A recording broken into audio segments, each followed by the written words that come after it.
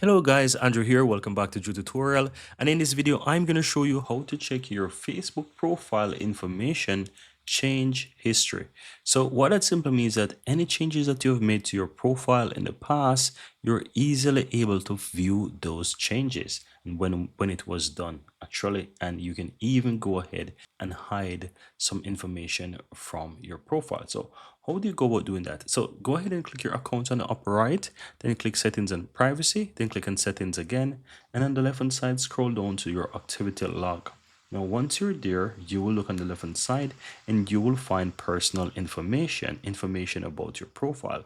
Now if you click on that, it's going to go ahead and show you your profile information, and it's going to show you the different changes that it went through and the time that was done. As you can see right here, it's going to also show you the date and what was done. As you can see, you can even go ahead and view those information or click the three dots and hide from your profile. So if certain changes was made and you don't want those to show, you can go ahead and hide those from your profile. And that's it guys, very easy and very simple.